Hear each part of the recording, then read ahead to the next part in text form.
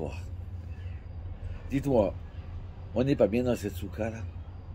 C'est pas kiffant. Je t'appartiens, chez Moulad. À cause de ce qu'on nous a donné des mitzvot, on est dans ses bras. Alors c'est une histoire qui s'est passée il y a 150 ans, autour de 1860. Et c'est en Syrie, à Alep. Le Rav Chaim Mordechai Labaton. Chaque premier soir de Sukkot, il ne commençait pas le kiddush tant qu'Avraham Avinu est venu. Il attendait la venue d'Avraham Avinu. Et là, il faisait le kiddush avec une joie extraordinaire. Quel invité il avait. Et tout de suite après le kiddush, hop, il partait. Avraham. Et voilà que dans cette ville, il y avait un coiffeur, un artiste. Il s'appelait Raphaël. Et ce Raphaël-là, il savait tellement bien coiffer et couper les cheveux que les juifs et les non-juifs venaient tous le vendredi pour se faire couper les cheveux. Et ils demandaient le double du prix. Et ils faisaient la queue les gens. Et sa femme lui dit, mon mari, allez, viens, on prépare Shabbat. Elle vient te préparer. Et lui, il rentrait à la dernière minute. Vite, il courait à la synagogue et il rentrait déjà. Alors que tout le monde était déjà assis, reposé, tranquille. Et voilà qu'arrive la veille de Sukkot, un vendredi. Et lui, il va aller à son magasin de coiffure. Et sa femme, elle lui dit, mon mari, ce soir c'est Sukkot.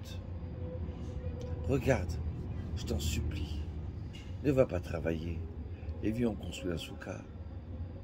Dis-moi la souka, mais que je ne suis pas un rabbin, moi. Je ne suis pas quelqu'un d'important. Allez, laisse tomber, moi je vais travailler. Et il part travailler. Et elle se met à pleurer. C'est une sadéquette. Elle voulait les mitzvot. Et là, elle pleure et demande à Hachem, Hachem, je t'en supplie, fais-lui comprendre mon mari. Et voilà qu'il y avait du monde dans son salon de coiffure. Et il y a un zaken qui rentre, un pauvre. Il dit, ben, s'il vous plaît, vous n'avez pas la tzedaka? Et là, vous savez quoi? Il lui donne une pièce. Une pièce comme une valeur de 50 euros. Et là, il le remercie. Et puis il va pour partir. Il dit, attends. Il lui redonne une deuxième pièce. Encore 50 euros. Ouais. Le pauvre lui dit, mais j'ai pas le droit de prendre 100 euros, j'ai pas le droit. 150 euros, ça me suffit. Si je prends plus, nos sages ils disent, quand on prend plus qu'on a besoin, on ne quitte pas ce monde-là que Dieu nous en préserve, sans devenir pauvre. Donc tiens, reprends. Reprends tes 50 euros. Il reprend, il continue à couper les cheveux, et puis d'un seul coup, il se dit, j'ai pas compris là. Ce tzaddik, cette personne âgée, ce pauvre, elle aurait pu prendre 100 euros. Ça me suffit 50. Et c'est même beaucoup. Et moi, je travaille. Pourquoi je travaille? À quoi ça sert que je ramasse de l'argent? Ma femme, elle a raison. Je vais construire la souka. À quoi ça sert? On ramasse de l'argent et on ramasse. Pour aller où? Pour en faire quoi? Et là, il dit à tout le monde, excusez-moi, je ferme. Tout le monde dit, mais non, pas question. Excusez-moi, je me sens mal. Je ne peux pas continuer. J'ai besoin de me détendre, je ne peux pas. Et là, vite, il rentre à la maison. Il commence à construire la souka. Alors, il monte sur un arbre pour prendre une branche. Et comme il n'a pas l'habitude, il a coupé la branche où il était assis. Et là, il tombe. Il se fait mal à la tête, aux bras, aux pieds. Il dit, c'est quoi ça? C'est quoi? Pourquoi j'ai fait cette... J'ai voulu faire une mise à la souka, c'est ce qui me revient. Et là, la femme, toute contente, dit, mais non, j'ai écouté le Rav Labaton le Shabbat dernier, il a dit, si jamais quelqu'un construit la souka et qui se fait mal, c'est comme si qu'il faisait un sacrifice à Dieu. un korban khatat pour pardonner ses fautes. Chaque coup, chaque plaie, c'est un sacrifice qu'il donne à Dieu. Alors elle lui dit, voilà, ça c'est lorsque tu t'as fait mal au doigt, c'est contre le khatat. Après c'est Ola, après c'est ça. Ouais, bon d'accord. Et voilà, il a construit la souka, la belle souka. Il dit, écoute ma femme, je vais pas à la synagogue parce que les gens vont croire que quelqu'un m'a frappé ou que j'ai frappé quelqu'un. Donc laisse tomber, je reste à la maison. Et là il commence son kidouche, après sa prière. Et il y a un zaken qui rentre. Ouais, quel visage, quelle lumière. C'est Avraham Avinu. Et il fait le kidouche. Et il est là, il écoute Avraham. Avraham Avinu.